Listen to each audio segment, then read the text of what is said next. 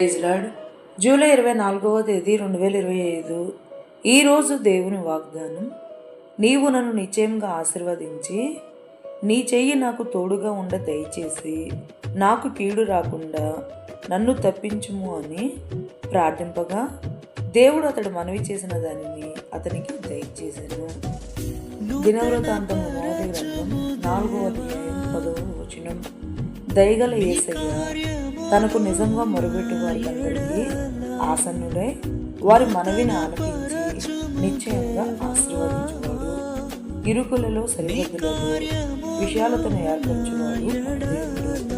నమ్ము బిడ్డలకు కీడు రాకుండా తన హస్తాన్ని తోడుగా నుంచి వారు మనవి చేసిన దానిని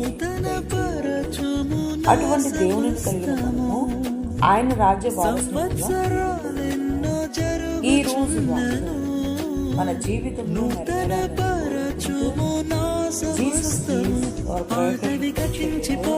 మీ సహోదరి